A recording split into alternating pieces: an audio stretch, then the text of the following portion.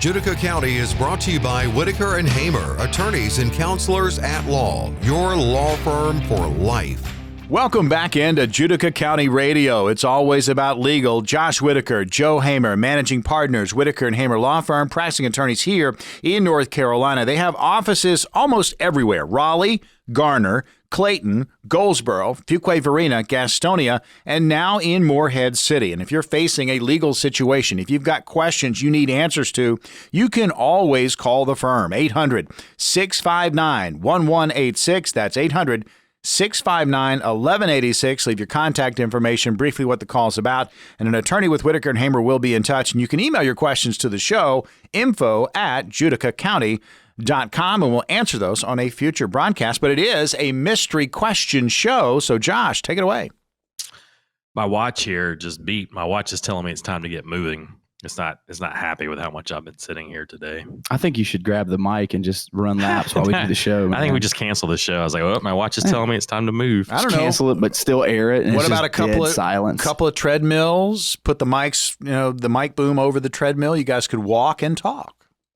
The out-of-breath lawyer. I can't move that fast and talk to people. Maybe if I took a bunch of Sky Rizzy, if I just loaded up on that, I'd be all right to do it. I started out this week. I was down in our Gastonia office, and then I was down back in the Garner office, and then I was in the Fuquay-Varina office, and I was supposed to go to Morehead City office today, and I just couldn't do it, man. There was too much moving around. That's like my week, man. I was in the Clayton office, and then I just stayed there the whole time. But we do, that's one of the big things we're proud of at the firm. We started in Raleigh back in 2004, but we do have a lot of clients that operate statewide, and having the offices kind of across the state really helps us, help those kind of folks. But 04 was a good year, man. Yeah, 04. All right, mystery questions. We got a ton of them. Again, these are random. I can't. I'm looking at the first one right now, so I should just put a disclaimer on here that, the questions pick us. We don't pick the questions. We're bound. We're bound by we live by the rules of the mystery question show. I thought these are going to be terrible, man. This one, I don't know. The good thing about these is they come from everyday normal people, right? And there's just like us. There's real legal questions from real people. So in theory, if they have these questions, then somebody else probably has these questions. You listeners are real people too, right? And this one reminds me of something that I've had to deal with recently, but this is a question. It's a question, but it's a statement. It's like you just put a question mark on. My girlfriend died. That's sad, right? Oh. My girlfriend died, and her family wants to claim all of my possessions. Can they do that? Is a question mark. And there's some facts that go along with that. What? Wait. So my girlfriend died, and her family wants to claim all of my possessions. And so our guy's asking this because I guess him and his girlfriend lived together in an apartment. It sounds like it was like a lease situation. It wasn't something that had anybody's name on it. But she had moved in with him. It was his apartment. And she passed away, and her family is apparently kind of looking around, seeing what they think might be hers. It doesn't sound like the boyfriend and her family have a good relationship.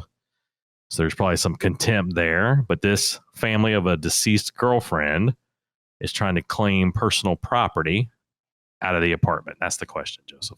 Well, I mean, the way you framed it, they're trying to take every possession he owns. Well, I'm like, wow. We're only getting the one side, right? There's two sides to every story. We're only getting the question asker's side, but he is saying that they're basically trying to wipe him out, take everything in the apartment, say it was hers. I'm going to assume they were both on the lease just for the purposes of our question. And they, of course, did not own the apartment. They were leasing it, both on the lease. What do you think about that? Well, I always want to start out with I want to hit this fellow with our thoughts and prayers. That's where I'm going to start. That's my starting place. And yeah, man, that's a tough situation, right? Like we're taking the real property piece out of the equation because we're talking about a lease. We're not talking about fee simple ownership there. But I think our starting place for all of these dead people questions is generally going to be, we're going to be looking at whether this individual died testate or intestate. From our facts, I would assume. From our facts, it looks like it was intestate. We know of no will. And what that means is that if there is no will, there's nothing that we don't have the wishes of the deceased girlfriend, and we don't have she's not stated how she wants her things disposed of. So we're looking at the good old law to deal with her estate. Well, you know what you don't do between a boyfriend and a girlfriend? You don't. You're not married, so you don't automatically inherit anything. That's right. You and your girlfriend can live together, and when the girlfriend passes away, if there's no will, then our boyfriend, our surviving person here, has not inherited anything by operation of law. But it's not. They're arguing over personal property. They're not arguing over real property. Nothing with a car title, right? They're arguing over like stuff in an apartment. Knickknacks. Yeah. Furniture, DVDs. Yeah, probably some DVDs. Yeah. Maybe some magazines. But the proof is going to, the way I would answer this question is the proof is going to be on the girlfriend's family that you have something that they're going to have the burden to prove that these are her things. Most personal property that doesn't have a title is not valuable enough to spend a lot of time fighting over. Yeah, I would think. I would think too, but I guess I guess it depends on what it is. But yeah, you're essentially talking about a couple of levels here, right? Like you're talking about a dispute as to the ownership of this property, and then you're talking about beyond that, assuming that you work out ownership of this property, you're talking about the estate piece of the equation as well. But yeah, that's an interesting one, man. That's not one that I've seen. Well, there's just not a legal. Yeah, there's not a legal argument. If you're in possession, like I'm sitting at a table, right? If this table's in my apartment, I assume I own this table, unless you can prove some compelling evidence otherwise. Yeah, I know you own that table because this is your bar. It's not my table. And there's nothing. The cops aren't going to come make you give them that table. Give me your table. Like kick the door down, shoot your dog. I think if this guy, I would just advise him to change his locks and never talk to these people again, and get a new girlfriend, man. Let me know if you get something in the mail or something from the court or something like that. But I think you just move on. That's a sad situation. That is upsetting, man. That is upsetting. Well, the next question is kind of. Give us a happy one. It's not happy. It's not happy at all. But it kind of moves in that same direction. It kind of takes the question a step further. And I think we've talked about similar situations. But this one says his mom died. God, that's even worse, man. This is an adult son. You get a new mom. You get a new girlfriend. His mom has died. And he feels confident there's a will. He can't locate it. She was remarried. And his stepdad is on all the deeds to real property. The stepdad has been around long enough where he's on bank accounts, survivorship accounts, real property. And he says, too bad. He said, too bad, so sad. That's what this says. Too bad. I don't know that he said that, but I like a stepdad that talks in like limericks like that. But he said the stepdad's plan is to sell everything and move away to be closer to his kids. And he may include our question asker in a will at some later stage. Well, the bad news is, again, these are kind of multifaceted situations, right? Like in the reality is, man, a will is only as good as if you can find it and produce it. But the will's not going to help you in this scenario, right? If he's correct, if the stepdad, if they own all this real property as husband and wife, and if he's on bank accounts as an owner of a joint account or a beneficiary, the will's not going to help you very much there. Yeah, these are all what we would call non-probate assets. So he can, even if he finds a will, and it's like his mom leaves him everything, and he waves it in his stepdad's face, and he hits him with the too bad, so sad at him. It's not going to matter because you're talking about non-probate assets, which aren't going to be subject to that estate.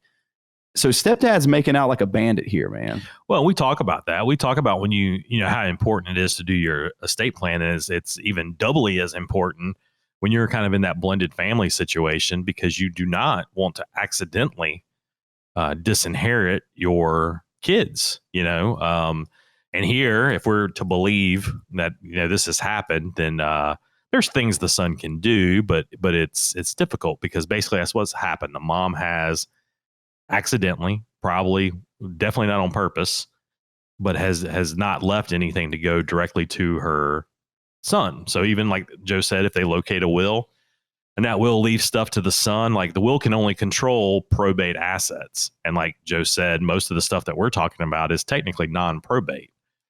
So it doesn't even get to the will.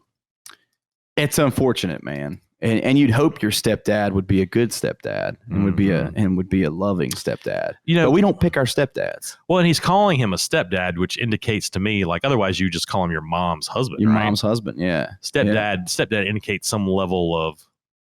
I almost agree with you, man. Like, that's my mom's husband. I can get behind that. I feel like that's like it's mom's husband. Yeah. But stepdad. Yeah. You wouldn't call someone your stepdad if there wasn't some sort of. No, I've never called my mom's husband my stepdad ever. Yeah. I feel weird calling him that. I would never. Right. Anyways. Well, this guy did. Okay. And that's what we got. That's what we got on that question. My mom's husband would never hit me with a too bad, so sad. No, he's a very nice guy. He's a super nice guy, man. Yeah, I met that guy. He's very nice. Yeah, if you're ever in court, Josh, do you ever use that as your tagline out? Too bad, so sad. No, I rest my case. Judge. I don't think I've ever said that in my life till right now. I think it's a sweet saying, though. All right, guys. Well, Judica County Radio will continue on the other side. Again, Josh Whitaker, Joe Hamer, managing partners, Whitaker and Hamer Law Firm, practicing attorneys here in North Carolina. Offices located conveniently for you: Raleigh, Garner, Clayton, Goldsboro, Fuquay Varina, Gastonia, and Morehead City.